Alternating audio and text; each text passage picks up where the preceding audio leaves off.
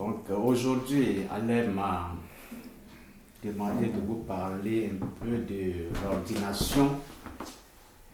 Mais ça va être une causerie aujourd'hui, comme peut-être c'est ma dernière séance avec vous.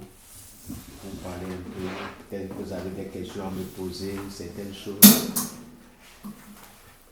Et c'est simplement une causerie. Donc, pour commencer, j'aimerais vous parler des sacrements. Donc, dans l'Église catholique,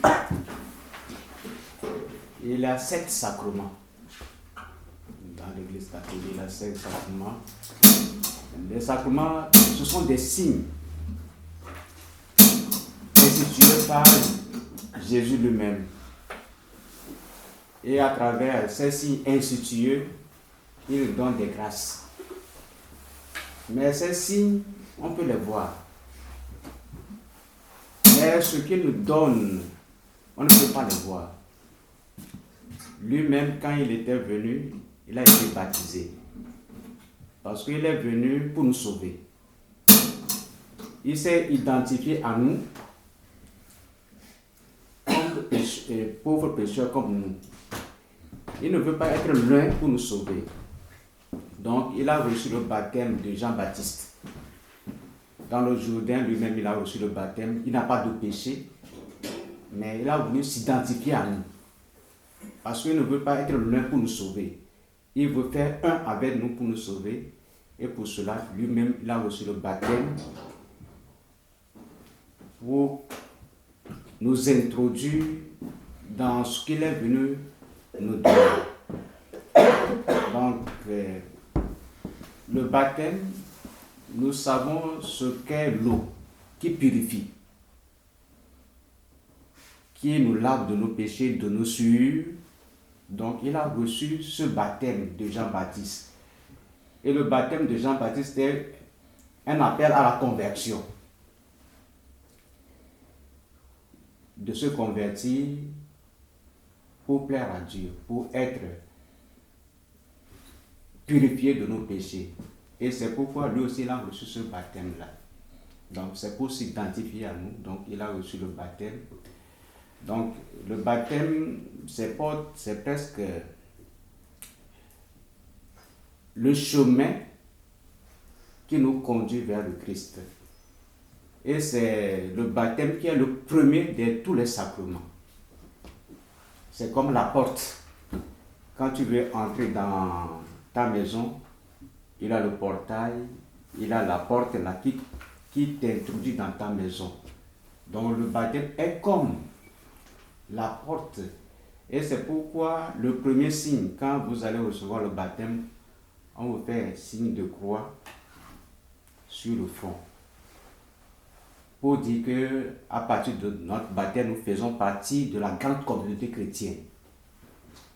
Nous faisons partie la même famille. Donc c'est le baptême qui fait partie de cette grande famille chrétienne catholique. Et c'est ça. Parce que tu ne peux ne pas recevoir le baptême et devenir prêtre. Ou bien, normalement, il y a des mariages mixtes, tout cela. Mais les catholiques, normalement, c'est le premier sacrement qu'ils doivent recevoir pour accéder aux autres sacrements, soit le mariage. C'est pourquoi ceux qui n'ont pas reçu le baptême, quand ils demandent le mariage, nous sommes obligés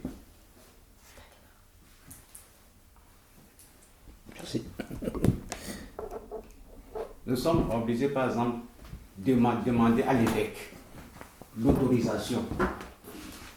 Et c'est l'évêque qui nous donne l'autorisation pour célébrer le mariage, si la personne n'est pas baptisée. Si une personne est baptisée, l'autre n'est pas baptisé, par exemple l'autre est protestant ou bien n'est pas baptisé, nous sommes obligés maintenant de demander l'autorisation à l'évêque.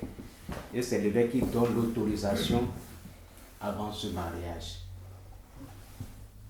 Quand tu veux par exemple devenir prêtre, si tu n'as pas reçu le baptême, tu ne peux pas devenir prêtre. Donc il faut les 3 sacrements qu'on appelle les sacrements d'initiation. Le baptême,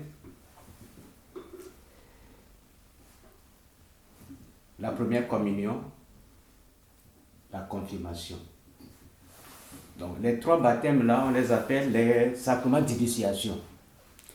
C'est ça qui nous permet de devenir un chrétien adulte. Donc, en fait, quand moi j'étais venu, il y avait beaucoup de choses que j'avais remarquées. Là, certains qui n'ont pas la confirmation, normalement, un chrétien engagé doit avoir normalement les 3 sacrements. Le baptême, la confirmation et l'Eucharistie. Donc si quelqu'un n'a pas la confirmation, c'est qu'il n'est pas un chrétien adulte. Donc il manque quelque chose. Ce qu'on a remarqué ici, on insiste plus la profession de foi que la confirmation. Alors que la profession de foi n'est pas un sacrement. Donc les 3 sacrements de début, le baptême, la première communion, la confirmation, ce sont les 3 sacrements qui font de nous des chrétiens adultes, engagés pour la mission. Donc si quelqu'un n'a pas sa confirmation, c'est qu'il n'est pas tellement chrétien engagé. Donc c'est après ces 3 sacrements-là que tu peux avoir le mariage, l'ordination, les autres sacrements. Donc c'est ça, ce sont des signes. Et à travers ces sacrements, on voit des signes. Par exemple, pour le baptême, on verse l'eau sur ta tête, on te fait l'onction avec le Saint-Crème, on te remet la bougie. Ce sont des signes. Parce que Jésus nous a dit que nous sommes la lumière du monde. Donc ce ne sont que des signes. On te remet un vêtement blanc sur ta tête, c'est un signe que nous sommes devenus une créature nouvelle. Et notre vie doit éclairer. Avec la lumière, nous devons, c'est comme les phares de nos voitures. Quand nous roulons dans la nuit, sans les phares, on ne peut pas voir. Donc, nous chrétiens, nous devons être des lumières pour les autres. Ce n'est pas nos actes, nos manières de vivre dans la société. C'est ça qui doit éclairer les autres. Donc quand on devient chrétien, il faudrait que notre vie puisse éclairer les autres. Par exemple, dans ma famille, je suis prêtre, ou bien il est chrétien, c'est notre vie, la manière de vivre, qui doit interpeller les autres aussi à devenir chrétiens. Dans nos sociétés, là où, dans nos lieux de travail, c'est notre vie qui doit éclairer. Ce n'est pas simplement se dire que je suis chrétien, non. C'est notre manière de vivre qui doit témoigner. Et d'autres aussi vont, pourquoi lui il vit de cette manière-là. Il aime la vérité, il ne ment pas, il est gentil, il fait ceci. Et c'est ce témoignage-là qui va aider d'autres aussi à dire, moi je vais devenir chrétien. Pour témoigner. Quand nous voyons notre monde d'aujourd'hui, tout ce qui se passe aujourd'hui, c'est pourquoi quand on nous remet la lumière, c'est un signe pour que notre vie puisse éclairer. Les autres aussi à se convertir. Donc les 3 sacrements-là font de nous des chrétiens. Et l'Eucharistie, j'insiste un peu parce que Jésus qu'il n'a pas de plus grand amour que de donner sa vie pour ceux qu'on aime. Il nous a aimés et il nous a donné son corps. Parce que, après tout, nous sommes des voyageurs. Un jour nous partirons. Mais nous avons besoin de cette force-là pour avoir la force de marcher à la suite du Christ. C'est comme nous avons besoin de ce que pour avoir la force pour tout ce que nous allons faire quotidiennement. Mais nous avons besoin aussi de la force spirituelle, qui est le corps du Christ. C'est ça qui va nous donner la force pour que nous marchions à la suite du Christ et être un jour avec lui. Et lui-même lui dira, celui qui mange ma chair et boit mon sang a la vie éternelle et il va le ressusciter le dernier jour. Donc, nous avons besoin de cette nourriture spirituelle pour que nous puissions marcher à la suite du Christ et un jour le rencontrer. Parce que cette vie, c'est une vie passagère. Un jour, nous partirons parce que tout ce quand vous faites des présentations, les gens disent qu'ils ont 13 ans, 20 ans, 50 ans, mais un jour, nous tous nous partirons. Mais il faudra cette nourriture pour que nous puissions marcher et être un jour avec le Christ. Parce qu'il nous a dit qu'il s'en va pour nous préparer des places. Quand il aura fini de nous préparer des places, il viendra nous prendre pour rester avec lui. Ça, que nous le voyons ou non, un jour nous partirons. Nous le partirons. Donc c'est une nourriture qui nous donne la force. C'est comme quand les filles d'Israël ont quitté l'Égypte, il leur avait donné la manne. Mais ils se sont recriminés. Pourquoi la même nourriture. Mais cette manne les a donné la force pour qu'ils puissent quitter l'Égypte jusqu'à la terre promise. Et lui, aujourd'hui, c'est son corps qui nous donne. Pour que nous aussi, nous pouvons avoir cette force-là, pour qu'un jour nous soyons avec lui. Donc c'est ça, l'Eucharistie. Et j'aimerais pour ça, donc, vous donner un exemple là. Cet exemple-là, j'ai l'habitude de donner ça. Mais c'est un exemple français, c'est pourquoi j'ai l'habitude de donner ça. C'est Marthe Robin. C'est un Français. Et j'ai l'habitude de donner cet exemple-là.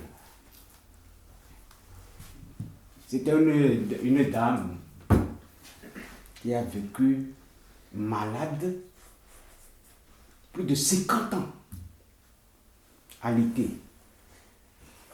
Mais qu'est-ce qu'elle mangeait? Elle ne mangeait que le corps du Christ. Plus de 50 ans.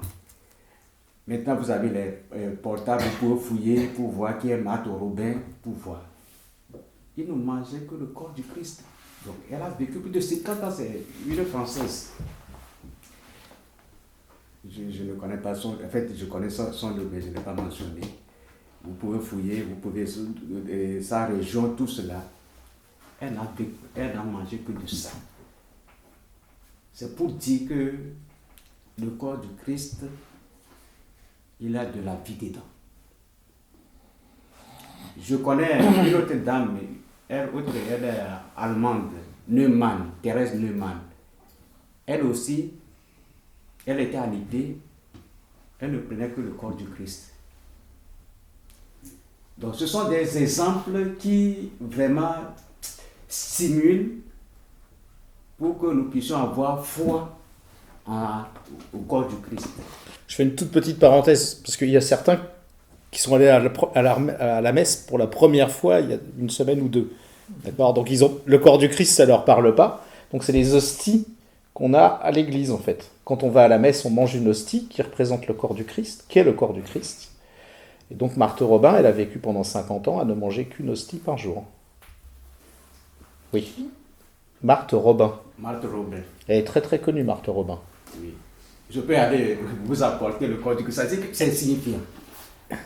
Ça veut dire que c'est insignifiant. Ça veut dire que ce qu'on appelle le corps, c'est insignifiant. Quand tu le reçois, tu ne vas rien sentir dans ta bouche que c'est un corps humain. C'est du simple pain. Du simple pain. Mais ce qui est dedans, on ne peut jamais comprendre ça. Et c'est de ça que nous parlons que la dame là mangeait. C'est du simple pain, c'est-à-dire quelque chose de très simple. Mais il a mangé plus de 50 ans. Les docteurs étaient partis fouiller dans sa maison pour voir s'il n'a pas caché de l'eau quelque part, s'il n'a pas caché des choses comme ça pour manger après. Ils ont fouillé, ils n'ont rien trouvé. Et c'est une Française. Et quand je suis en France, c'est que j'ai l'habitude de donner cet exemple-là et que vous pouvez vérifier pour voir la réalité de ce qu'est l'hostie, son importance. C'est vraiment le corps du Christ. Sinon, ça là, personne ne peut manger ça, tu vas toujours avoir de la faim. Mais il a mangé ça plus de 50 ans. Ouais, c'est pas aussi grâce à sa foi qu'elle a tenu pendant 50 ans. C'est grâce à sa foi. Pas juste à cause du corps du Christ qu'elle prend tous les jours, mais aussi grâce à sa croyance, à sa foi. Effectivement, c'est sa foi parce que c'est pourquoi habituellement, quand nous donnons la communion, certains qui viennent pour prendre la communion, la manière dont ils prennent là, tu demandes même, est-ce qu'ils croient à ça? Que c'est le corps du Christ. Et là, certains qui prennent ça là, comme c'est quelque chose comme ça. Toi-même, tu te poses la question, est-ce qu'ils croient à ça? Mais ce qui a été dit, par exemple, concernant Marc Robin, s'il veut communier aussi, il se confesse. Il a le sacrement de la réconciliation aussi. Il se confesse. Et ce qui m'a toujours marqué dans sa vie, parce qu'il n'a jamais été en Afrique, pas dans mon pays. Il n'a jamais été là-bas. De son lit de maladie, il a le père Finet qui l'assistait pour sa confession, tout cela. Et il lui a indiqué un lieu dans mon pays. Aléjo. Il lui a indiqué ça, d'aller construire un foyer où les gens passent pour des retraites. Et c'était un lieu, quand tu vas là-bas, c'est recueillant même, c'est priant. Mais elle n'a jamais été en Afrique, elle n'a jamais été au Togo. Mais le père qui venait chez lui pour la confession, il lui a indiqué d'aller au Togo, dans notre pays, le lieu, et de construire un foyer où des gens passent là pour se ressourcer, pour des retraites, tout cela. Et quand tu vas là-bas, mais pas simplement au Togo, hein. Il a, dans beaucoup de pays comme cela, elle a envoyé des gens, alors qu'elle-même ne travaille même pas. Donc, des bénévoles, des gens l'aident comme ça, ils construisent des choses énormes. Quand tu vois, moi, personnellement, ça m'a édifié ma foi parce que je sais que Dieu existe. Lui aussi a été ce, c'est que Dieu existe. Des fois, je dis aussi qu'elle n'a jamais connu de sommeil. Elle a souffert de l'insomnie durant tout ce temps-là. Elle passait dans la prière.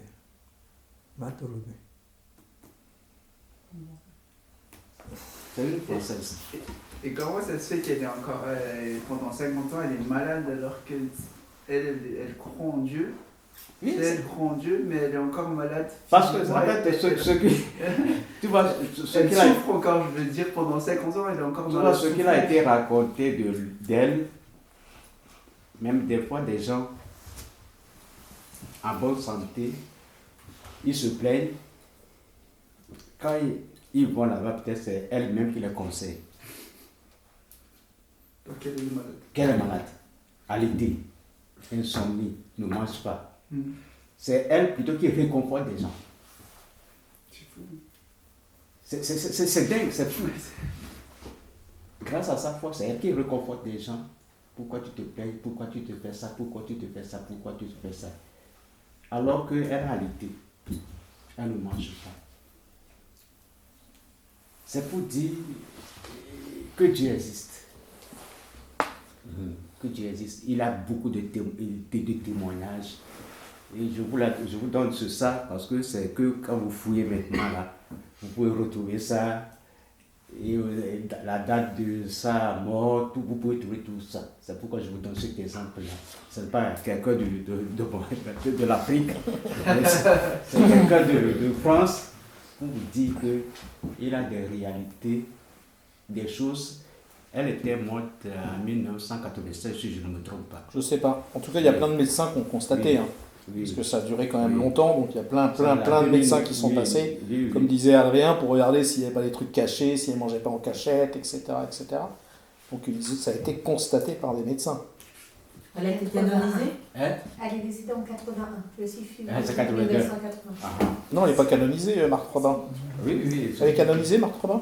Non, pas. Non. Non. Pas. Oui. Mais le fait qu'il est resté aussi longtemps malade, tout aussi exigeant, c'était pas sa mission. Si, c'est exactement ça. C'est que c'est le fait d'être alité et d'être malade, ce que disait Adrien aussi, c'est que, elle était disponible, Oui. parce qu'elle ne pouvait pas bouger, et de deux, les gens qui passent et qui ne se sentent pas bien, quand ils voient quelqu'un qui est beaucoup plus mal, et qui a le sourire et qui a la foi, ça remonte le moral aux gens, en fait. Et sa mission, c'était ça. C'est pour ça qu'elle n'a pas été guérie, c'est parce que c'était sa mission, en fait. D'accord. Donc, comme vous le savez, c'est quelque chose de causerie avec vous, donc je parle des sacrements, les 7 sacrements. Donc, Alain m'avait demandé de vous parler du sacrement de l'ordre, mais je ne vais pas simplement parler parce que ça va prendre un peu du temps pour le sacrement de l'ordre. Mais quand je vous parle déjà des sacrements, le sacrement du baptême déjà fait de nous tous des prêtres. Donc, on parle du sacerdoce baptismal. Donc, déjà, quand nous recevons le baptême, nous sommes prêtres, prophètes et rois. Donc, on nous appelle tous les ministres, ou bien nous avons reçu le sacerdoce ministériel. Nous sommes devenus tous des prêtres par le simple baptême. Donc, ça fait de nous des prêtres. Donc, c'est pour cela que nous sommes tous envoyés par notre vie, comme je l'ai dit, comme la lumière, nous devons éclairer avec le voile que nos marins nous couvrent là, que nous sommes devenus des créatures nouvelles. Donc notre vie doit refléter Dieu. Et la lumière que nous recevons, notre vie doit éclairer. Et le jour de notre baptême, on nous fait l'onction avec le Saint-Crème. Dans l'Ancien Testament, ceux que le Seigneur a choisis pour être à sa place, beaucoup de les rois, ils ont reçu l'onction. David, tous ils ont reçu l'onction. Donc, le jour de notre baptême, nous aussi nous recevons cette onction-là pour dire que nous sommes devenus des prêtres, des prophètes et des rois. Et nous devons témoigner de cette vérité que nous avons reçue par notre vie. Et c'est ça. Donc, il y a les 3 sacrements là, comme je viens de le dire, qui sont des sacrements d'initiation. Il ne faudrait pas que nous oublions aussi le sacrement de la réconciliation. Et c'est ça que je viens de dire que Marthe Robin, habituellement, quand il va recevoir la communion, elle se confesse. Personne d'entre nous n'est parfait. Même les prêtres, même les évêques, même les papes, ils ont leur confession. Parce que ce que nous recevons, le corps du Christ, c'est quelque chose de très très saint. Et il faudrait que nous arrivions à prendre conscience que nous avons insulté, nous avons fait ceci, à ma femme, je l'ai insulté, à mes enfants, j'ai fait ceci, j'ai fait ça là, et me confesser avant de recevoir le corps du Christ. C'est se purifier. C'est se reconnaître humble devant le Seigneur. Mais quand tu dis que non, je n'ai pas de péché, c'est que tu es peut-être ingrat. Dieu est parfait. Mais il faudrait que de temps en temps, nous puissions nous confesser avant de recevoir le corps du Christ. C'est question d'humilité, de se reconnaître humble. Et ce que nous allons recevoir là, ça peut nous purifier. Jésus dit qu'il n'est pas venu sauver les justes, il est venu sauver les pécheurs. Mais quand tu ne te reconnais pas pécheur, est-ce qu'il peut te sauver? C'est comme par exemple, tu es malade. Tu ne vas pas voir le médecin. Est-ce que le médecin peut te prescrire des produits? Il faut d'abord voir le médecin. Que ça ne va pas, ça ne va pas, ça ne va pas. Et le médecin va te prescrire des produits. Mais quand tu dis que non, moi je n'ai pas de péché, je n'ai pas de péché, et tu recevras le corps du Christ. Ce que le corps du Christ a fait dans la vie de Sam et Marthe Robert ne peut pas faire dans ma vie. C'est ça, parce qu'elle se reconnaissait pécheur, elle se confessait, elle recevait le corps du Christ, et le corps du Christ lui donnait la force. Mais quand tu ne te reconnais pas pécheur, alors que celui que tu reçois dit qu'il n'est pas venu sauver les justes, il est venu sauver les pécheurs. Ben tu dis que tu es juste, est-ce qu'il peut te sauver? Il ne peut pas te sauver. En fait, avec la confession, tu sais, il y a... Maintenant, on est en 2025, du coup, entre nous, entre les paroissiens et les prêtres, il y a une petite communion comme ça, du coup, confesser ses péchés, maintenant c'est compliqué. Moi, par exemple, je vais te dire, franchement, j'ai volé 48 € parce que voilà, il y a quelqu'un qui a oublié ça, et puis du coup, je l'ai pris. Je vais te dire ça, et du coup, chaque fois que je vais te voir, dimanche, je me dis, mais il est au courant que voilà quoi, j'ai trop honte quoi. Avant, peut-être c'était pas comme ça. Avant, il y avait des trucs dans la petite, c'est pas la même. Oui, il savait quand même qui était Professionnel, derrière. professionnel. Il savait quand même qui était derrière. Tellement j'utilise. Et du coup, avant on se cachait comme ça. Et parfois on change de voix. Ouais. Mais il y a quelque chose dans ça. Quand tu me dis que tu as volé, par exemple, je ne dirai à personne. Si on parle de secret confessionnel, si je dis, on me dit que je ne suis que prêtre, c'est un secret professionnel, c'est entre toi et nous. Même si c'est une cruauté, vous... Je ne dirai à personne. Il y a quand même une honte. Par exemple, si tu es par exemple, par exemple banal, tu as tiré. Mais j'ai pas volé 48 €.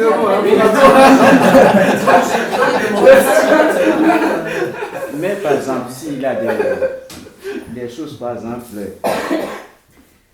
tu as tué quelqu'un. Mais non, il n'est pas dans le jugement. Oui, dans le jugement, pas quelque chose par exemple. Et tu viens de me le dire, si la justice me prend, me demande, je ne dénoncerai jamais que tu es venu me confesser chez moi, que tu as tué telle personne. Je ne dirai à personne. C'est un secret confessionnel. Si peut-être ils ont eux-mêmes fait leur enquête pour découvrir après, c'est leur chose. Mais ils ne peuvent jamais venir me demander, telle personne est venue se confesser à moi, est-ce qu'il dit que non, c'est elle qui a tué cette personne? Je ne dis personne. Donc ce que tu confesses au prêtre, c'est entre toi et lui.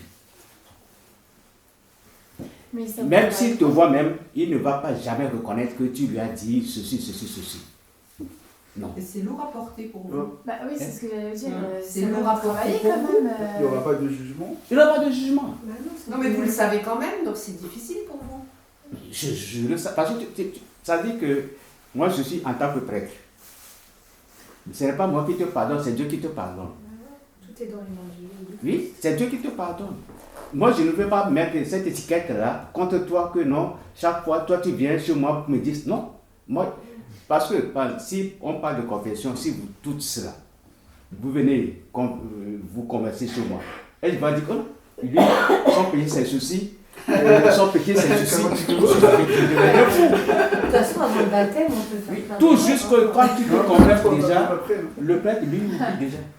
Il ne peut pas commencer à dire que non, l'autre là doit venir faire ceci.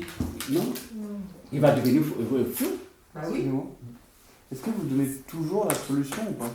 Hein? Ou est-ce que vous pouvez exiger que la personne change de comportement? Parce que s'il vient toutes les semaines en vous disant j'ai tué quelqu'un et qu'il ne change jamais, C'est vous pouvez donner tout le temps pour cela la que solution tout le temps ou... non, c'est pour cela que normalement il est bon d'avoir un confesseur. Et quand la personne vient chaque fois dire que non, il fait ça, Et le père saura comment lui donner des conseils. Est-ce que tu ne peux pas faire ça, tu ne peux pas faire ça, tu ne peux pas faire pour changer. pour ne pas tomber dans la même chose chaque temps. Donc, il va te donner des conseils. Et quand tu respectes aussi, c'est comme ça. Mais il ne peut jamais te rejeter. Lui-même, il est pécheur. Peut-être lui fait plus que toi, ce que toi tu fais. Il ne peut jamais te... Non, c'est pour t'aider, comment faire, pour que nous puissions améliorer notre vie. C'est simplement ça. Mais il ne peut pas retenir les péchés de quelqu'un. Non, non, il ne va pas retenir. C'est pas son job. Et non, il ne peut pas retenir parce que le fait que tu te confères régulièrement, par exemple, tu dis que tu fais ceci, ce fait, il peut maîtriser, il dit non. Chaque fois que tu viens, tu me dis que non, tu voles. Est-ce que tu ne peux pas laisser ça? Tu ne peux pas faire ceci pour faire ça? Il peut te donner des conseils comme ça. C'est simplement pour que tu puisses changer et éviter ces choses-là. C'est simplement ça. Mais il ne va pas retenir, dire non, mettre une étiquette sur toi pour dire non, non. Et j'ai une question. On dit souvent se confesser à Dieu. Mais est-ce que c'est, entre parenthèses, obligatoire de passer par un prêtre pour se confesser? C'est pourquoi j'ai dit Alain que le thème d'aujourd'hui, c'est un peu vaste. Dans Saint Jean, je n'ai pas de quoi la chose en tête, mais quand Jésus était ressuscité, en Jean 19, il a parlé à ses apôtres, il leur dit: recevez l'Esprit Saint, à qui vous remettrez les péchés, ils seront remis. À qui vous maintiendrez les péchés, ils seront remis. Donc c'est ça, on les identifie au sacrement de réconciliation. Donc le Seigneur a donné ce pouvoir-là à ses apôtres. C'est pourquoi je vous disais tout de suite que nous sommes tous des prêtres. Mais il a encore appelé certaines personnes pour être à sa place, des apôtres. Donc il leur a donné ce pouvoir de remettre les péchés. S'ils l'ont remis, ils seront remis. S'ils ne l'ont pas remis, ils ne seront pas remis.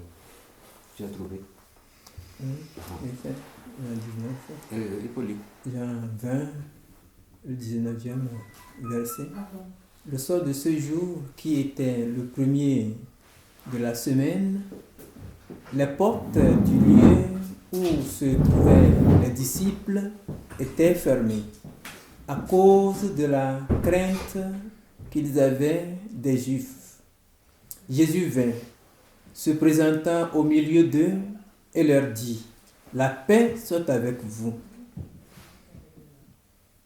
Et quand il eut dit cela, il leur montra ses mains et son côté.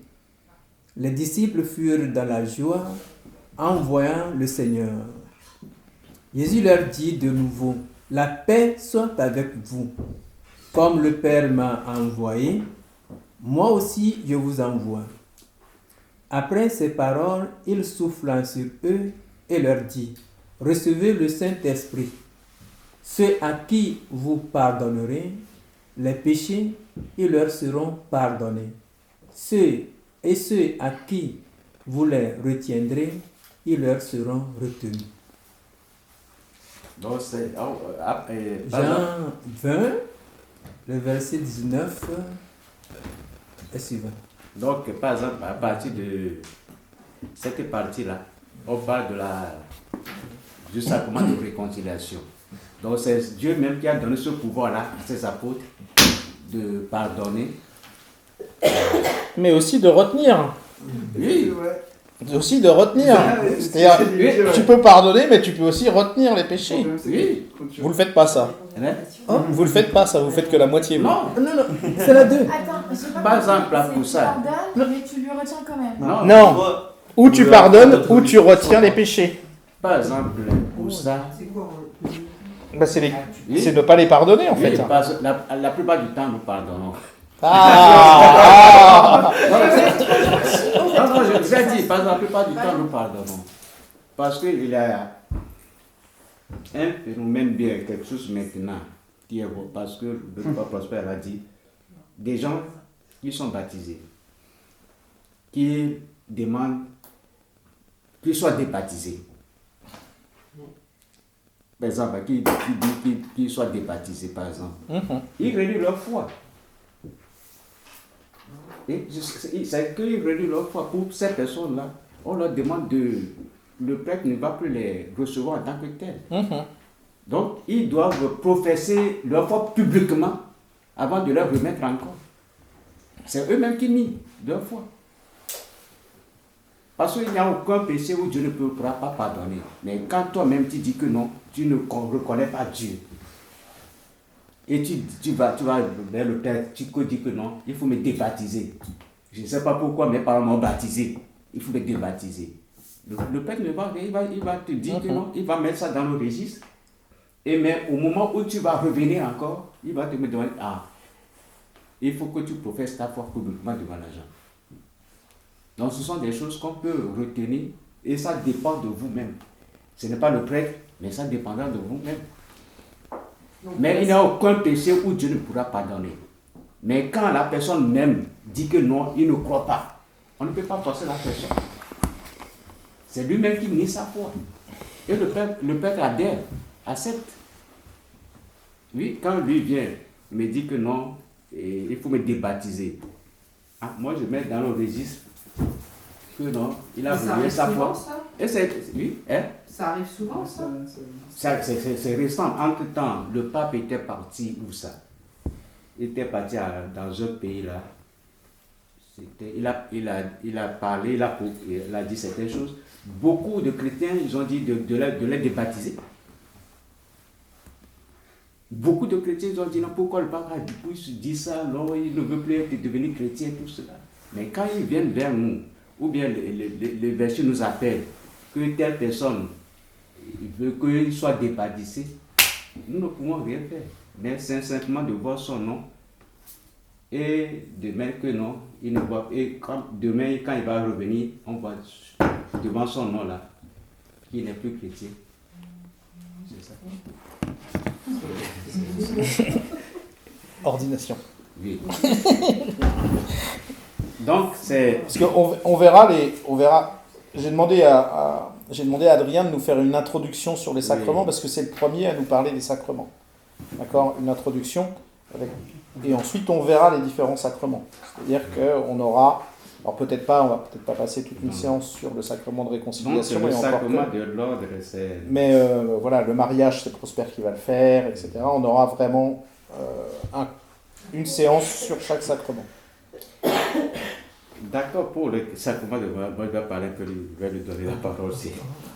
Donc pour le sacrement de l'ordre, comme je l'ai dit, par notre baptême, nous sommes tous devenus des prêtres, des prophètes et des rois.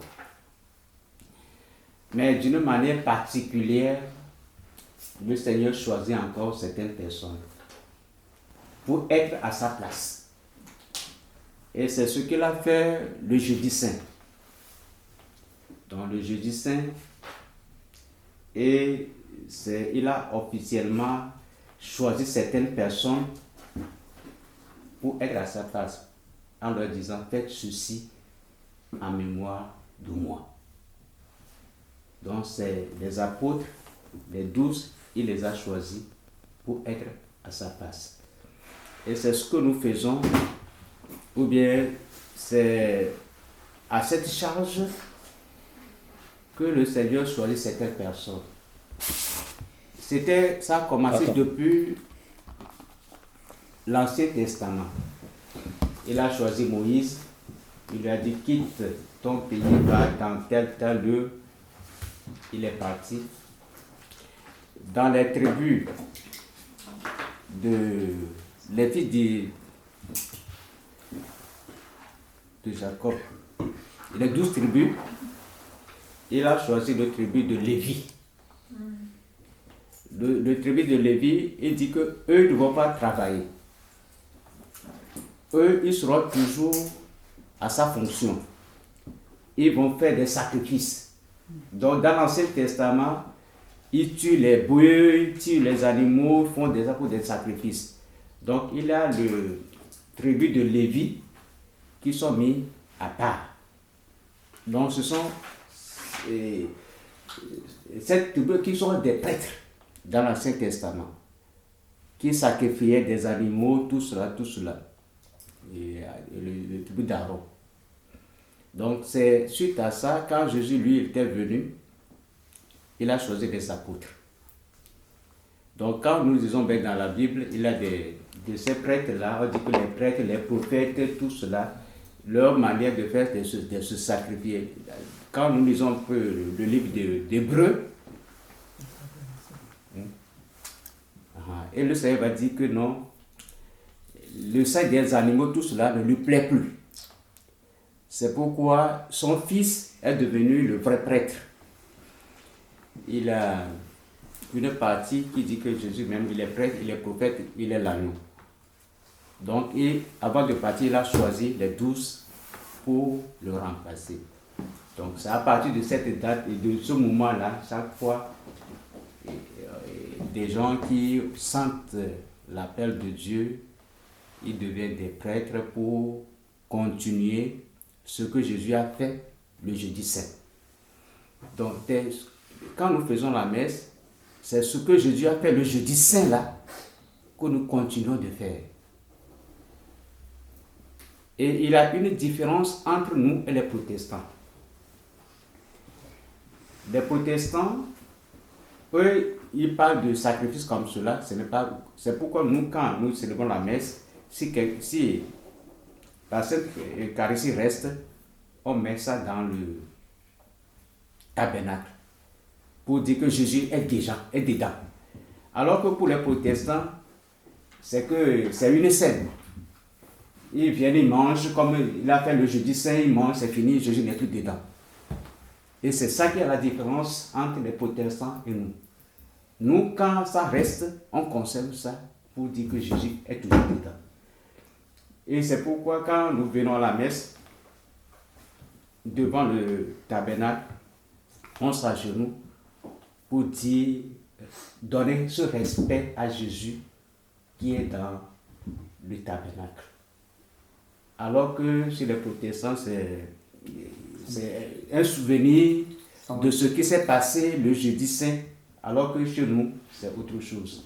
C'est pour dire que Jésus est toujours présent dans l'Eucharistie.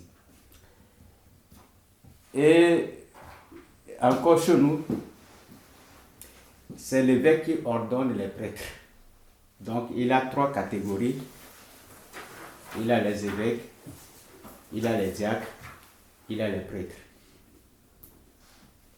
Et c'est un évêque qui ordonne un prêtre. Donc un prêtre ne pourra pas ordonner un prêtre. Alors que chez les protestants, il n'y a pas d'évêque. Donc pour eux, ça, ce n'est pas, parce que s'ils ont ça aussi, ce n'est pas à notre manière. Donc nous, c'est l'évêque qui ordonne le prêtre, le diacre. Et ça se perpétue comme cela chez nous. Donc pour parler un peu du sacerdoce, peut-être si vous avez des questions, je voudrais vous répondre à ces questions-là. Et mais pour ce cheminant, parce que déjà, comme j'avais parlé de l'appel, comme l'appel de Moïse et des apôtres là, nous comment ça se passe? Tu sens?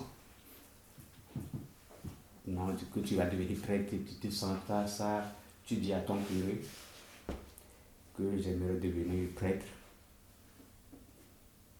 Et dans certains milieux, il y a le petit séminaire. On t'envoie. Tu suis les cours comme les gens jusqu'à un certain moment pour voir si vraiment tu as cette vocation. C'est quel âge le petit séminaire? Par exemple, chez nous, quand tu auras, je ne sais pas comment ça se compare, quand tu commences par le CP.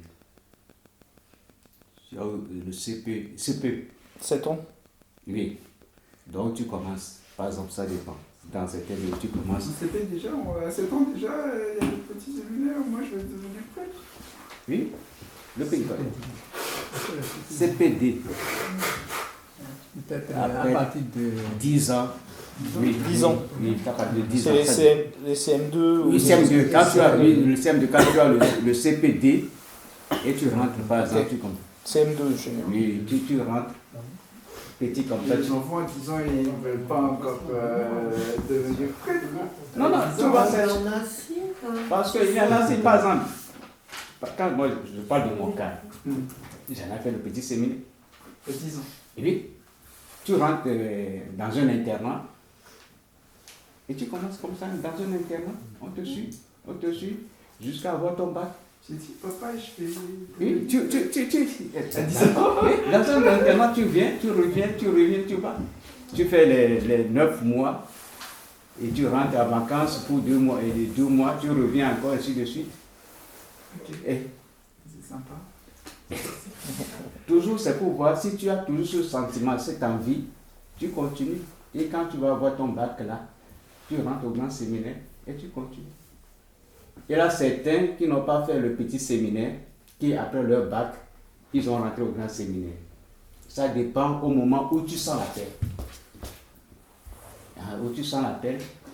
Mais quel qu'en soit les cas, au moins il faut que tu fasses le grand séminaire. Si tu n'as pas fait le petit séminaire aussi, au moins que tu fasses le grand séminaire.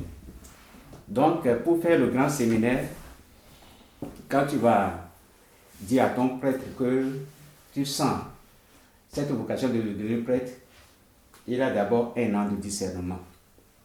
Quand tu as ton bac. Donc, tu rentres dans un séminaire, tu discernes, tu vois. Et après tout là, ceux qui vont te observer, les prêtres, ils vont faire des témoignages que non, lui là, il ne peut pas devenir prêtre.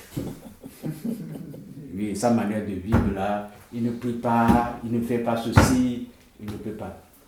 Donc, ils envoient le rapport à ton évêque et ton évêque voit. Il dit que non, il ne peut plus continuer. Mais il peut continuer.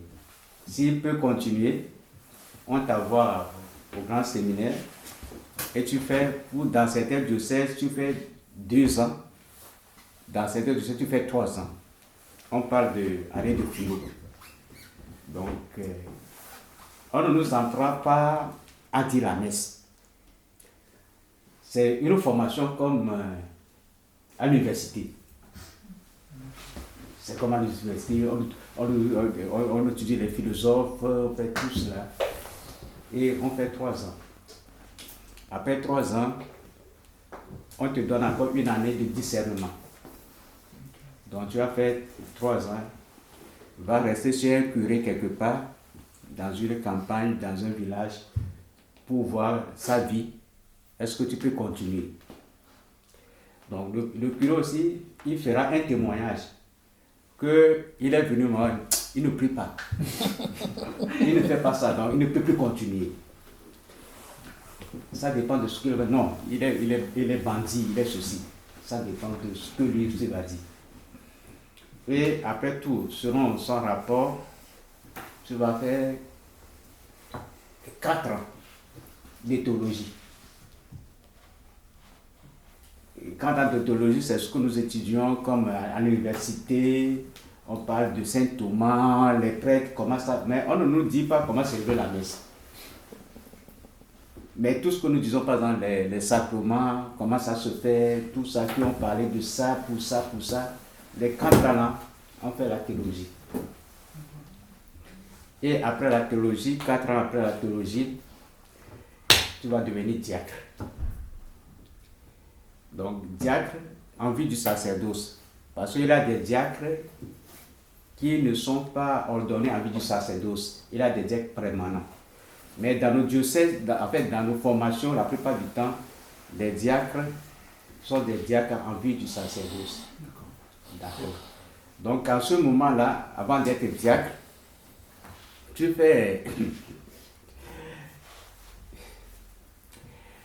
vœu de célibat. Oui.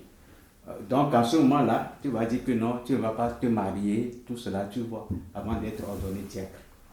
Tu es ordonné diacre, tu restes 1 an après, et on t'ordonne prêtre. S'il n'y a pas d'empêchement. Dans tout cela, tu seras encore en observation. Non, lui, il ne peut pas devenir prêtre. Il est voyou, il est souci, il ne peut pas devenir prêtre. Donc, mais c'est un peu délicat. Quand on donne le diacre, et quand on va te remercier, c'est très délicat. Parce qu'il faut demander l'ordre à Rome. Parce que déjà, il a 3 degrés dans la prêtrise. Il y a le diaconat, la prêtrise même, et les évêques. Donc déjà, quand tu es diacre, tu es déjà dans l'ordre. Donc pour te dire que tu ne peux plus devenir prêtre, c'est très compliqué. Donc tu as fait des dégâts, tu as fait des choses. Et il faudrait demander à Rome déjà, parce que de te délier pour que tu puisses peut-être te marier après. Donc c'est un peu délicat. Donc il a les 3 degrés là dans la prêtrise, le diaconat, la prêtrise et l'évêque dans. C'est comme ça que ça se passe. C'est 9 ans alors. 9 ans. Oui, 9 ans. Et les diacres, ils font vœu de célibat, c'est ça? Non. Non, ils peuvent avoir une femme. Il a 2 catégories. Okay. Les diacres qui sont en vue du sacerdoce, oui. Par exemple, nous sommes des prêtres diocésains. Donc, il a des prêtres aussi qui font partie de congrégations franciscaines, tout cela. Nous, les diocésains, nous faisons vœu de chasteté. Donc, avant, il y a d'autres aussi, dans des congrégations aussi, par les frères qui sont à l'AOC, il a beaucoup qui font. Mais il a des diacres permanents qui sont des maris, qui ont des femmes. Donc, eux, ils ne vont pas devenir des prêtres, mais ils sont des diacres permanents. Donc, ils ont leurs maris, leurs enfants, leur famille, tout ça. Donc, il a ça aussi. Mais ceux qui veulent devenir prêtres, et eux, ils font. En fait, il y a les diacres permanents, c'est plutôt chez nous, en fait. En Afrique, il y en a moins. Mais nous, il y a des diacres comme Marc, qui est devenu diacre l'année dernière. Voilà. Qui est marié. Est-ce que ce sont diacres, est-ce que ce sont dans ce cas-là des civils qui font un choix spécifique, ou ce sont quand même des gens qui ont suivi le parcours religieux et qui à un moment bifurquent Non, ce sont des gens, ce sont des civils. À un certain moment, l'Église a besoin de ces personnes-là. Peut-être, par exemple, la Fontaine, on peut demander si quelqu'un veut aider peut-être le Père Prosper dans ce domaine-là. Si les fidèles trouvent quelqu'un qui peut l'aider, je sais par exemple Alain ou bien quelqu'un qui le choisit, il va faire un peu une formation et on leur donne diacre. Parce qu'il a déjà sa femme, il a déjà sa famille, donc il peut. Ça dépend. Ce ne sont pas des gens qui ont fait des cheminements en tant que tel, mais c'est au cours d'un moment, on voit qu'on a besoin de ces personnes-là donc on peut les solliciter. Et l'âge maximum pour devenir prêtre, du coup, parce qu'à priori, c'est depuis tout petit. Mais l'âge maximum pour accéder à cette formation et le devenir. Est-ce qu'il y a un âge maximum ou il faut des petits? On sait qu'on va. Donc, en fait, entre-temps, moi je parle de mon diocèse, entre-temps, ils ont dit que il ne faut pas que la personne soit trop âgée. Parce que vu. C'est quoi trop âgé? Oui, le cursus. Déjà, avoir le bac. Et le cursus fait 9 ans. Pour les études déjà. Si la personne déjà a peut-être 30 ans, pour faire encore ça va être fatigué. Donc, en temps, dans mon diocèse, ils avaient exigé, même après le bac, il faudrait que la personne ait son licence. Faire avant de continuer. Donc, à peine 25 ans, il peut aller, et au plus grand âge, 25 ans plus 9 ans, il faut voir, déjà. Ça va déjà au-delà de 30 quelque chose. Donc le minimum pour que la personne puisse, parce que des fois, le séminaire, on termine avec le bac. Le bac, comment? Bac théologie. Donc il faut étudier aussi pour avoir ça. Mais quand la personne sera trop âgée, il n'aura plus la mémoire pour pouvoir bûcher, pour tout ça. En France, parce qu'eux, ils ont quand même beaucoup de vocations. Mais en France. Parce que tu peux, au moins au niveau du cursus, ça fait combien d'années? 20 ans bien connu pour commencer le grand séminaire.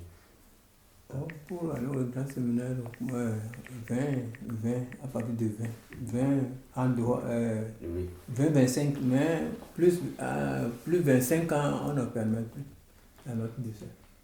Voilà, donc c'est avant 25 ans. Oui, avant 25 ans. Donc pour ça, si après avoir terminé la formation, il ne faut pas diffuser encore. Il faut au moins 2 ans pour être baptisé, c'est mort.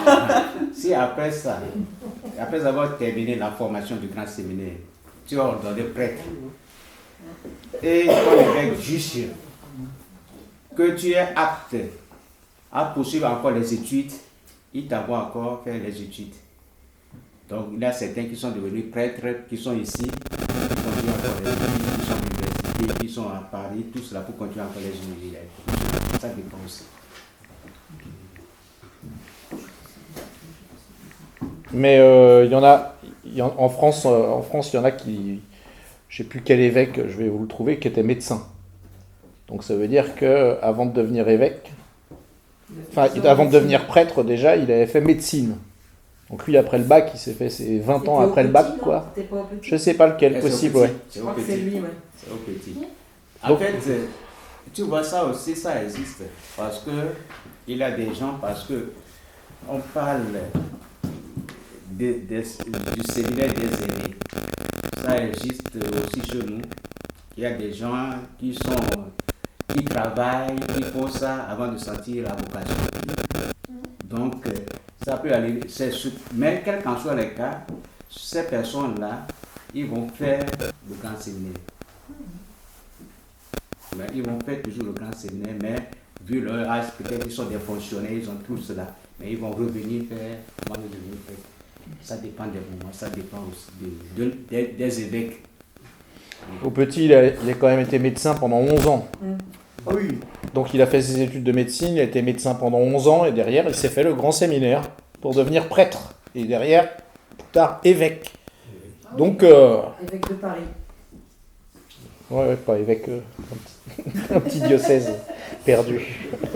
Oui, parce que, par exemple, mon ancien curé, il a travaillé dans l'habit.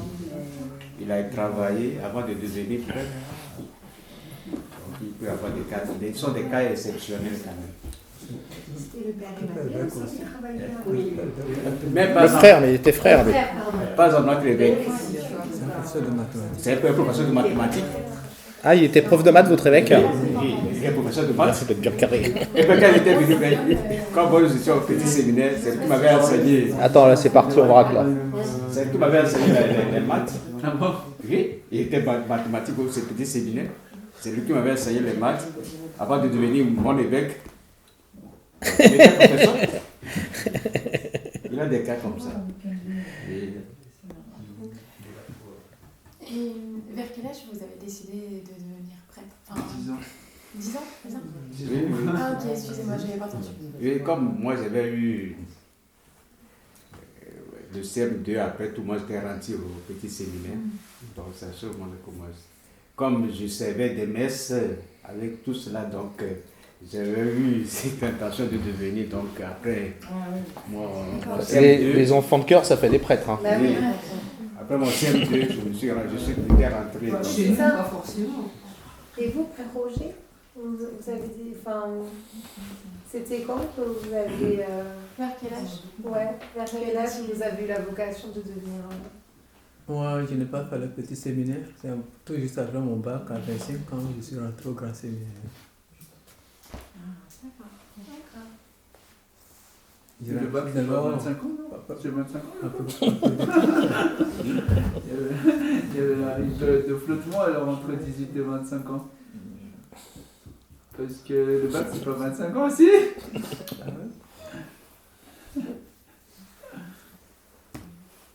C'était il y a longtemps. Est-ce que tu veux nous parler un petit peu de la cérémonie d'ordination? Ah d'accord. Moi j'y tiens. Ah, Tu sais que j'y tiens. Tu tiens toujours. Est-ce que les gens ne sont pas fatigués?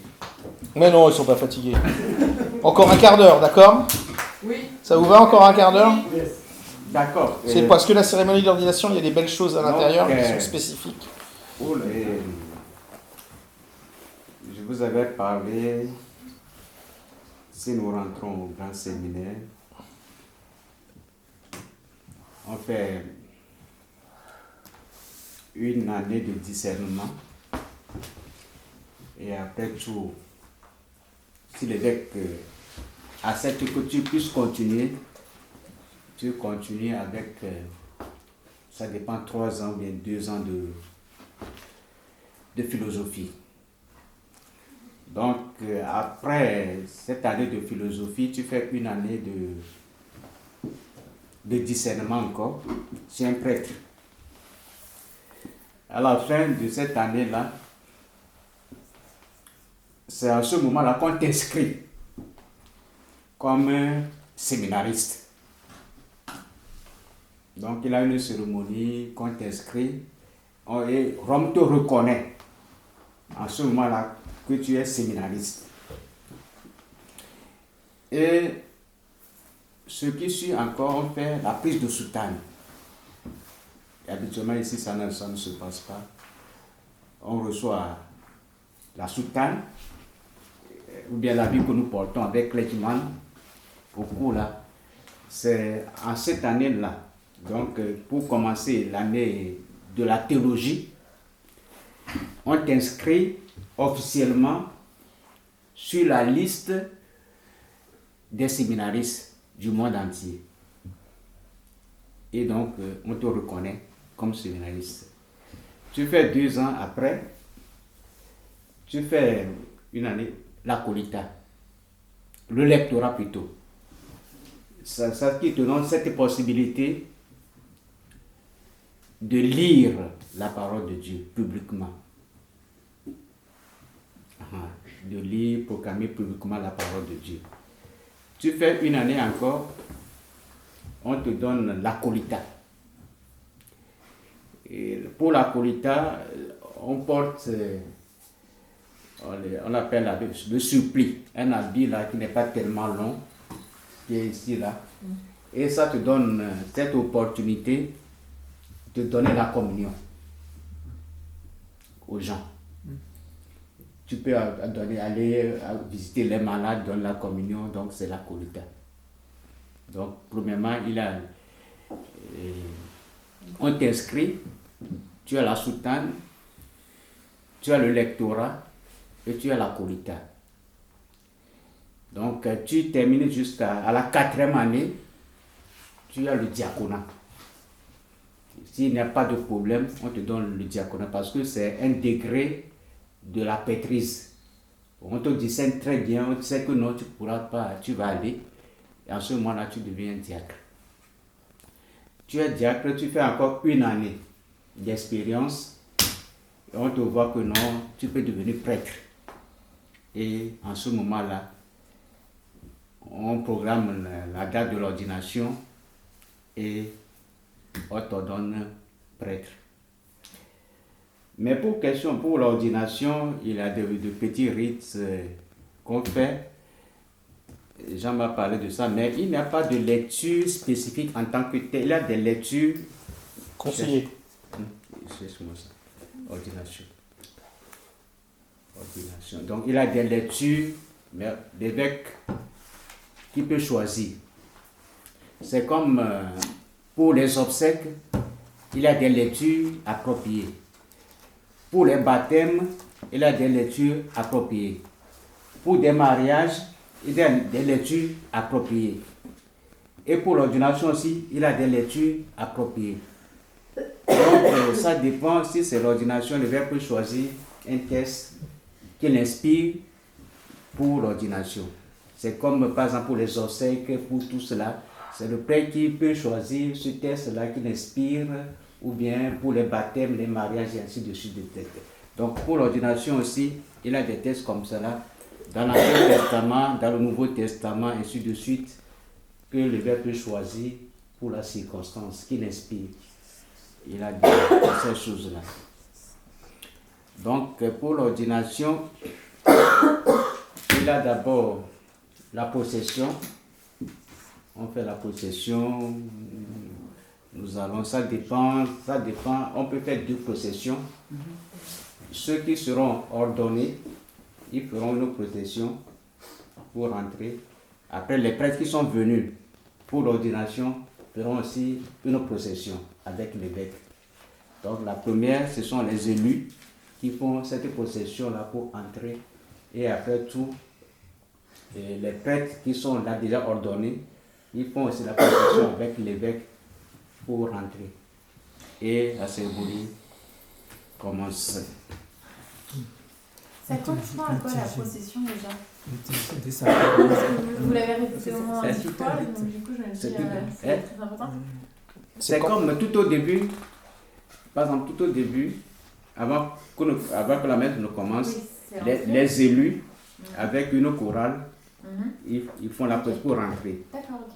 C'est le prêtre qui rentre avec les enfants de chœur. Oui. Ça, c'est la procession d'entrée. Ils rentrent d'abord et après tout. Par exemple, les prêtres qui sont là, qui sont déjà ordonnés, eux aussi vont faire la procession avec l'évêque pour entrer et la cérémonie va commencer. Voilà, tu as ceux qui vont devenir prêtres, qui rentrent en procession. Ok, d'accord. Et ensuite, tu as le ou les évêques et tous les prêtres, parce que généralement, à une ordination, il y a énormément de prêtres Ouais. qui rentrent aussi en procession. D'accord, ok. Il y a plusieurs processions, Ok, mais distinctes. c'est ça que j'avais pas compris. Ouais. Je me suis dit, mais... Donc, quand ils vont rentrer, la cérémonie va commencer, l'évêque va dire que celui qui va être ordonné prêtre s'avance. Donc, quand il va terminer, ça peut être 2 moments. Quand il va terminer, par exemple, salutation, tout ça. Après l'homélie, l'évêque va dire que celui qui va être ordonné prêtre s'avance. Et donc, la personne sera parmi les membres de sa famille. Et il va dire, me voici. Et il va se lever et les parents vont l'accompagner pour qu'il soit devant l'évêque. Il dit, me voici, il s'avance. S'ils sont 2, on appelle l'autre aussi, il s'avance, proche de l'évêque, me voici. Et il y aura un dialogue entre l'évêque et les élus. Pourquoi tu veux ceci? Oui. C'est comme C'est ce ça qu'on va faire dimanche, Oui. alors me voici. Oui, oui. Exactement. L'éternel. Exactement. D'accord. Parce Donc, il qu'ils a- ont l'entrée en catéchuménat dimanche. Donc, Ah d'accord, il a ça. Donc, Donc, c'est- oui. le me voici, c'est un grand classique Ouais, dans me l'église. voici. Donc il a ça et il y aura, après avoir un peu l'Esprit Saint, un chant, l'évêque et le petit prêtre entament le dialogue. Donc quand ils vont appeler, on va inclure l'Esprit Saint, soit Veni Creator, donc ils vont dire ça là. Et il y aura un dialogue entre l'évêque et les élus. Ils vont répondre ceci, ainsi, ceci. Après tout, quand il y aura ce dialogue va terminer là, l'ordinant agenouillé met ses mains jointes dans celles de l'évêque qui se tient debout devant lui, puis s'engage devant tous à vivre son ministère de prêtre selon ce que demande l'évêque. Donc quand il y aura ce dialogue-là d'abord, après tout, l'élu va s'agenouiller et va mettre ses mains dans les mains de l'évêque pour lui promettre l'obéissance.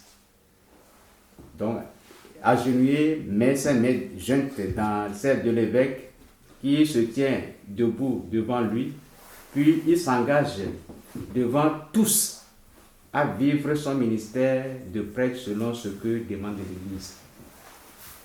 Donc, c'est quelque chose d'obéissance. C'est ce qui fait que quand l'évêque te dit, va ici, tu obéis.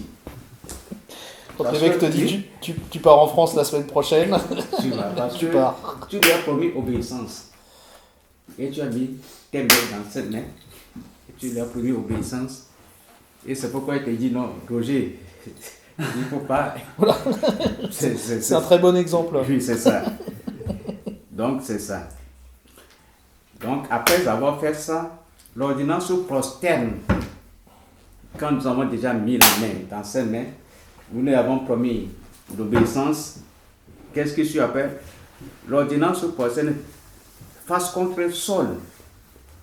Il sait qu'il a besoin du soutien du Seigneur et de la prière de ses frères. Le fait d'être allongé au sol, prosternation signifie l'abandon de l'ordinat à Dieu dans son ministère pour toute sa vie. Pendant ce temps, l'ensemble chante la litanie des saints, une prière d'intercession qui demande le soutien du Seigneur et de ses frères.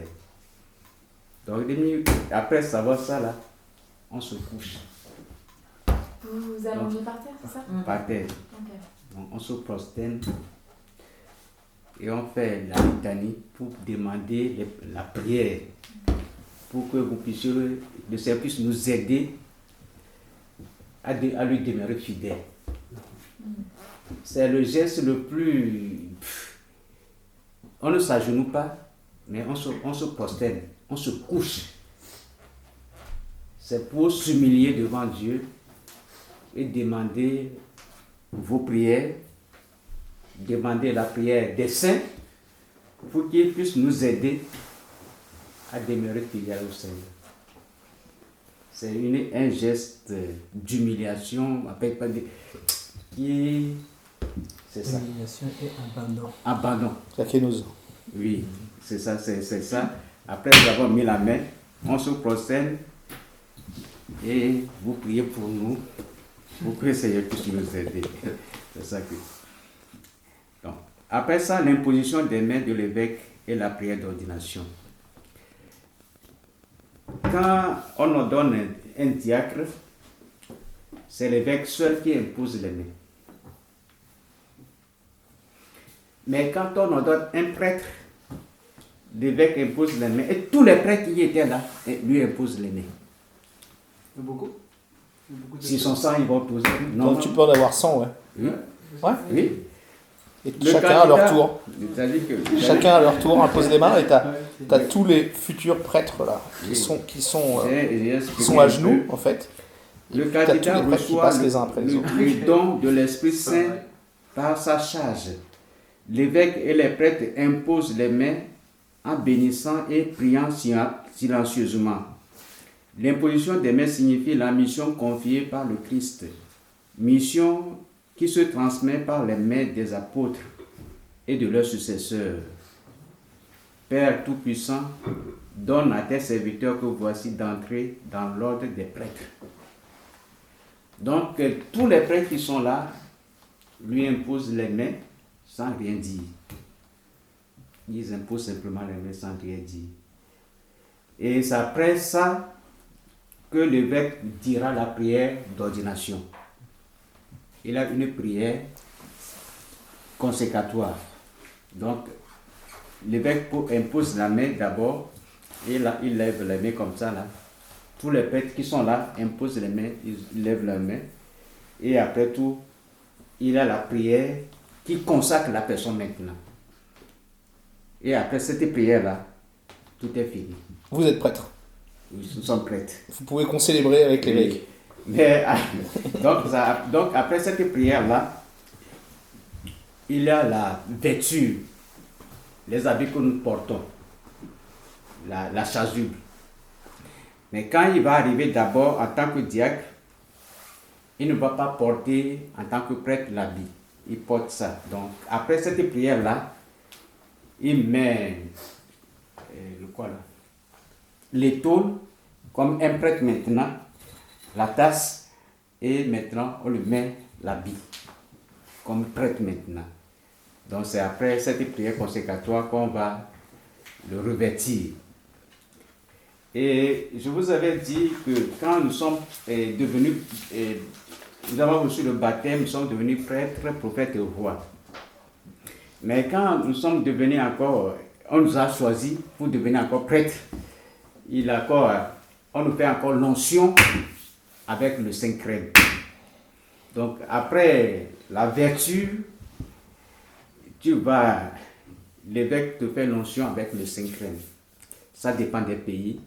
Et là, dans certains pays, après toi, on te bande un peu et tu fais pour laver avant de revenir. Mais dans certains pays, on ne bande pas.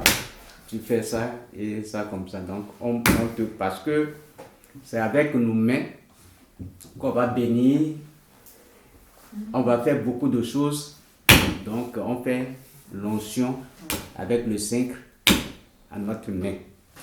Donc, ça, après la vertu, on fait ça. Et après ça, il y a la remise de la partaine du calice. Ce que nous utilisons pour la messe.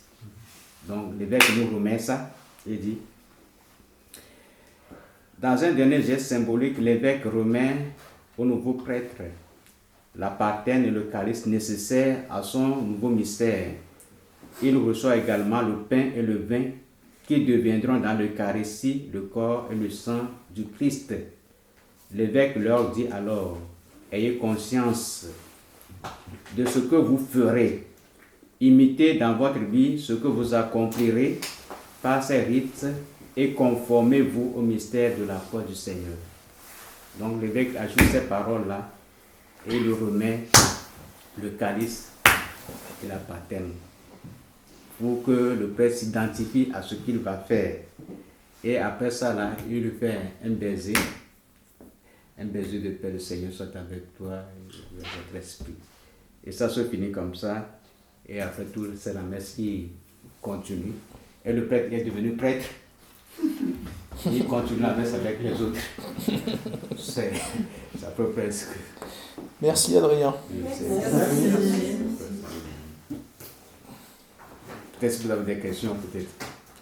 L'évêque répand dans les paumes des mains du nouveau prêtre l'huile sainte mêlée de parfum que l'on appelle le Saint-Crème. Cette onction signifie le don de l'Esprit Saint qui fortifie le prêtre pour sanctifier le peuple du chrétien.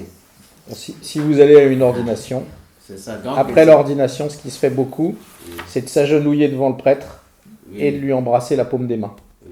Et c'est ça qui fait que, par exemple, quand le Père dit « il vous bénit au nom du Père, du Fils, du Saint-Esprit », c'est Dieu même qui bénit dans ces choses, petites choses. Mais même à l'époque, il y avait beaucoup de personnes qui embrassaient les mains du prêtre. Plutôt cardinaux, les prêtres, pas des masses. Hein. Ouais, remarque, oui, je comprends bien avec les cardinaux. Mais non, ça se fait à l'ordination, ça se fait. On s'agenouille devant le prêtre, parce qu'il y a des grâces spéciales le jour de l'ordination. Peut-être c'est ici, parce que chez nous, quand les nouveaux prêtres là, tu lui demandes de te bénir, tu t'agenouilles devant lui, mon Père, bénis-moi. Parce qu'il vient fraîchement de recevoir le sacerdoce, tu dis, ah, mon Père, moi, en tant que prêtre, devant le nouveau prêtre, je me demande, mon Père, bénis-moi. Ce sont des grâces que nous recevons, ce sont des choses, c'est ça. Il faut demander pour recevoir, ce sont des choses que nous... Il y a des grâces spéciales. Le jour de l'ordination, tu te fais bénir par le prêtre. Et donc les prêtres se font aussi bénir par le prêtre. Alors qu'avant, ils lui ont imposé les mains. Tu vois, c'est... Et bien, c'est un échange de services. Exactement. C'est un bon échange. C'est bon, merci beaucoup. Merci bien, Adrien. Merci, Adrien. Merci à vous aussi. Je pense que vous êtes tous épuisés, là. Oui. Oui. Bien sûr, Lucie. Non, mais par contre, je sais que ça n'a pas vraiment de rapport, voilà, mais par rapport à ce qu'on a dit, ça n'a pas totalement de rapport, mais c'est des vraies questions que je me pose. Mais par contre, c'est peut-être un peu débile, mais je pense qu'il n'y a pas de réponse. La première, c'était, par exemple, moi je me dis, par exemple, le vin à la messe. Enfin, à la base, c'est du vin qui va donner au sang du Christ. Mais est-ce qu'on considère directement, quand c'est bizarre de dire ça, mais dans le vin, que c'est le sang du Christ, ou c'est à partir du moment où on met dans la coupe, ou qu'il est levé dans l'assemblée? Enfin, est-ce qu'il y a un moment où ça... À quel moment il est consacré, en fait. Ouais, voilà, je sais pas comment expliquer. C'est C'est une très bonne question. c'est-à-dire, c'est au moment où le prêtre dit ce que Jésus avait dit. Hein? Il met sa main, il bénit, et c'est ça, moi, ça devient le corps du Christ. C'est que à ce moment-là que ça devient. Oui, oui. Ok. Même le pain, c'est en ce moment-là, ça devient le pain. Oui. Bien avant, tout au début de la messe, ce n'est pas devenu. Mais au moment où le prêtre il prie sur ça, et ça devient pour le ça qu'on corps et s'incline. le sang du Christ. Hein? C'est pour ça qu'on s'incline quand il le fait. C'est ça pourquoi on s'incline normalement. Pour donner du respect à la chose, c'est ça. Et c'est pourquoi, quand le prêtre a fini ça, il dit, il est grand le mystère de la foi. Parce que lui-même ne comprend pas. Ça dit que ça dépasse tous les hommes. Et c'est pourquoi il dit, il est grand le mystère de la foi. Au moment où ça est devenu le corps du Christ, le sang du Seigneur, le prêtre même ne le sait pas. L'essentiel que c'est après sa prière-là. C'est pourquoi après ça, là, il se met à genoux, il dit, il est grand le mystère de la foi. C'est ça. Oui. C'est un mystère, c'est un mystère. Mais par exemple, il a quelque chose, je n'ai pas programmé ça, il a quelque chose. Des prêtres qui célèbrent ça, des fois, ils doutent. Il avait un miracle, on parle du miracle de Saint-Sacrement. Le prêtre doutait. Quand il a rompu le pain, il a vu que c'est vraiment du corps humain. Il a vu que ça saignait. Ça saignait. Donc c'est quelque chose de très mystérieux. On ne peut jamais expliquer ça. Il a quelque chose, on ne peut jamais expliquer ça. Si vous regardez, ça s'appelle des miracles eucharistiques en fait. Oui, il y a eu même- Les miracles eucharistiques, il y en a plein. Qui était apparu sur le métier et du coup en Inde, je crois. C'était en Inde. C'est ce que j'aimerais Et dire, ça, il y a que beaucoup comme de renseignements. vous pouvez aller sur Google et puis vous tapez miracle de Saint-Sacrement. Vous allez voir tout ce qu'on va vous dire. Oui, ils ont déjà regardé ça, ça les intéresse. Ça. Le prêtre avait douté et puis c'est devenu le sang et tout est bon. Et c'est ça qui a fait qu'on avait institué la fête du Saint-Sacrement. À quelle date là? Oui, Oui, c'est récent en fait ça. Oui, et c'est ça parce qu'à cause de ce miracle. Ah bon? Oui. Ok. Bon, moi-même, moi, je n'avais pas demandé le Seigneur. Moi, je Sandra, n'avais c'est pas ça? demandé. Vas-y Sandra. Sandra, une question. Oui, je n'ai pas demandé au Seigneur. De toute façon, j'ai douté ou bien j'ai fait. Mais après la célébration en privé, et quand j'ai pris le vin consacré, c'est rien que du sang. Je ne pourrais plus le cracher. Je n'ai pas demandé, mais quand j'ai terminé, j'ai pris Du sang. c'est rien que du sang. Ce que tu vois, c'est comme le sang. Quand tu mets la main dans le sang, Du sang. c'est rien que ça sur ma langue. Mais que je ne peux pas. J'ai vu ça. Sandra, une question. Une question. Pour moi, que je suis initiant et que je viens d'initier, vous dites, une fois qu'on est baptisé, on devient une lumière pour les autres, comme sur la route. Avant ça, on n'a pas la lumière.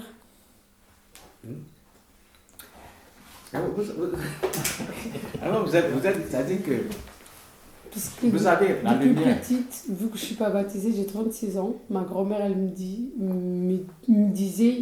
jusqu'à aujourd'hui. Bon, là, elle est contente parce que, du coup, tu n'as pas la lumière. Dieu, il ne te voit pas. Ça, c'est faux, ça. C'est-à-dire que c'est pourquoi on dit que Dieu est miséricordieux. Dieu sauve tout le monde. Mais pourquoi Jésus même a été baptisé? C'est pour faire un avec nous, pour nous sauver. Avec le baptême, bien que nous sommes enfants de Dieu, sans le baptême, mais le baptême nous fait partie de la grande communauté chrétienne. il a un chant que j'aime beaucoup quand je fais le baptême là. Je dis, tu es devenu enfant de Dieu et frère de Jésus, alléluia. Tu es devenu, ça fait partie, ça nous fait partie de la grande communauté. Par exemple, sans le baptême, moi je ne serais pas au milieu de vous ici.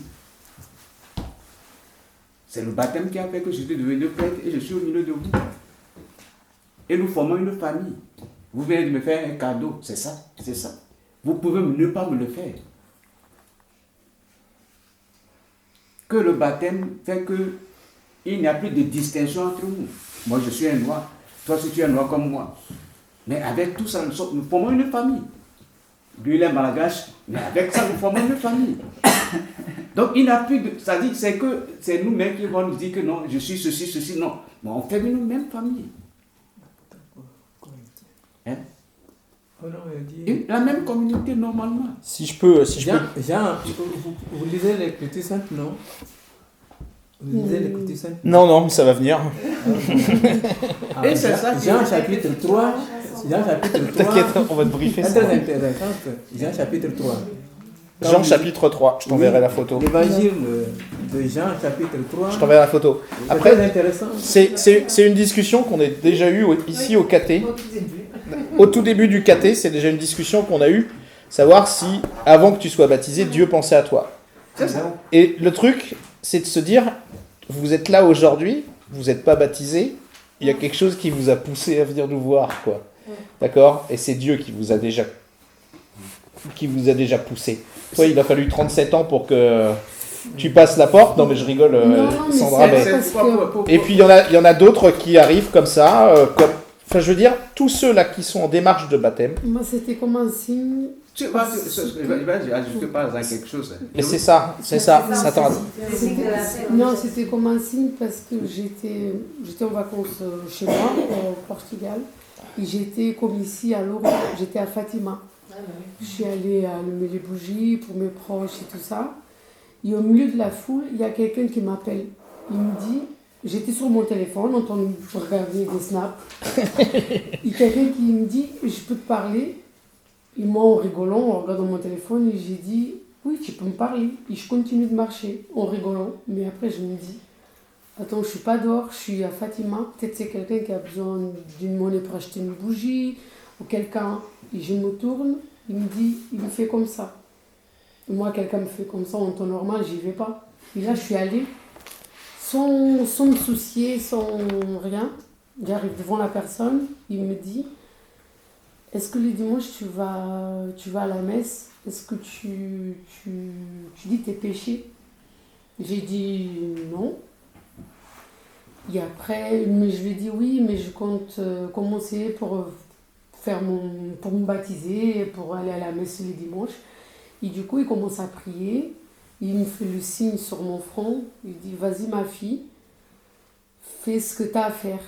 Et c'est à la fin que je me suis rendu compte que c'était un prêtre. J'étais avec des gens, ils me disent, mais on était en groupe, pourquoi il t'appelle que toi? Et tout le monde continuait de me demander, on a fait tout le chemin et tout le monde parlait. Et j'arrive devant ma grand-mère, celle qui me dit que j'ai pas la lumière. Et je lui ai raconté l'histoire. Et elle me dit, parce qu'au milieu du groupe où tu étais la seule unique qui n'était pas baptisée. Et j'ai dit, non, il faut que je le fasse. Je sais pas si c'est un signe ou pas. Bah si. Si ça c'en est pas un, je vois pas ce qu'on est. Juste aujourd'hui, en fait, quand je raconte, certains le trouvent rigolo, certains... Et pour moi, il y a quelque chose. Du coup, j'ai embarqué... Voilà, du coup, j'ai embarqué mes enfants aussi parce que j'en ai 3 et qui ne sont pas baptisés non plus. Et du coup, j'ai dit, on y va toutes les 4. Moi, j'aimerais ajouter quelque chose avant que le ne pas. Tu vois, nous sommes tous nés. Nous sommes tous nés de Dieu. Mais Dieu nous appelle. Tu peux attendre l'appel de Dieu, tu ne peux ne pas l'attendre. Pour devenir chrétien, c'est Dieu qui appelle. Quand nous lisons l'évangile, je ne sais pas s'il a en tête, il a certains qui ont voulu suivre Jésus. Jésus dit que non, pour le suivre, il faut porter sa croix pour le suivre. Et là, certains qui ont dit non, je vais aller enterrer mon papa, ma maman va devenir non. Elle dit, toi, viens dessus. C'est pourquoi on parle de baptême comme un appel. Par exemple, dans Vernon, je sais d'où tu es, beaucoup ne sont pas baptisés. Beaucoup viennent à la messe, beaucoup ne viennent pas à la messe. Ce sont des appels. Tu peux entendre, tu peux ne pas entendre. Nous sommes devenus prêtres, par exemple. On peut ne pas devenir prêtre. C'est un appel. Peut-être c'est un signe qui t'a marqué comme cela, comme tu viens de le dire là. C'est un signe comme ça. Et tu as dit que tu vas devenir prêtre. Et tu es devenu prêtre. Si je regarde ma vocation, ce n'est pas la même chose que celui de Roger. Ce n'est pas la même chose que celui de Prosper. Ce sont des chemins qui ne sont pas les mêmes. C'est comme ça Dieu nous raconte. Ça dit que c'est pourquoi Dieu dit que ce n'est pas nous qui le choisissons, c'est lui qui nous appelle. Mais regarde, moi j'ai été baptisée, j'avais 4 jours. Oui. J'ai pas choisi d'être baptisée. J'ai pas été appelée. On l'a fait pour moi. Oui, mais là maintenant c'est. Voilà, t'es quand même au chat, t'es adulte et tu vas à la messe tous les dimanches. Eh bah oui. Donc le premier appel, c'était peut-être. J'ai fait une grande partie quand j'étais jeune et j'ai fait une énorme coupure entre les deux. Ah bah ouais, et t'es revenu. Pour ça, là, Et bah il t'a appelé un moment. pour ça, j'ai l'habitude de dire ça aussi quand je fais les baptêmes. Je me suis évaporé longtemps. Quand je fais le baptême, là, j'ai l'habitude de dire ça aussi, par exemple.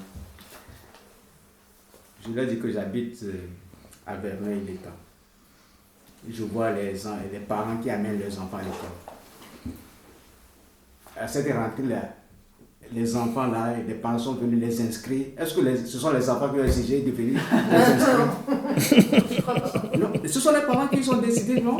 L'instruction, ça vaut le coup. L'obligé. Et vous êtes obligés. Et je le vois, ils vont des va-et-vient, Quand l'enfant va réussir peut-être devenir quelque chose, c'est lui qui va d'être médecin, quelque part après. Mais pour le moment, les parents les inscrivent.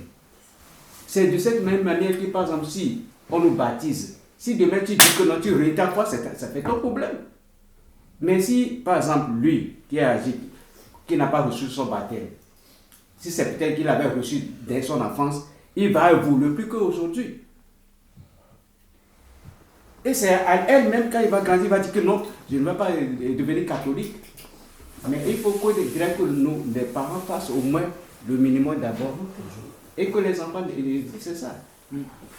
C'est marrant ce que vous dites parce que mon père il me dit, nous on n'a pas fait le nécessaire pour toi, c'est de notre faute, mais demain, pour tes enfants, c'est de ta faute à toi. C'est ça, c'est ça. Et pas. C'est ça, pas Non, mais, quand par exemple, il a dit, ces moi, enfants-là, je vois vous ne les inscrivez pas à l'école. Et ils vont devenir adultes. Et ils vont s'instruire comment? Il faut qu'ils s'instruisent d'abord. Si eux-mêmes demain ils ne veulent pas évoluer, ça fait leur problème. Ça fait leur problème. Merci, je vous ai pris du temps. Donc... Merci Adrien. On se sauve vite, désolé. Merci pour le cadeau.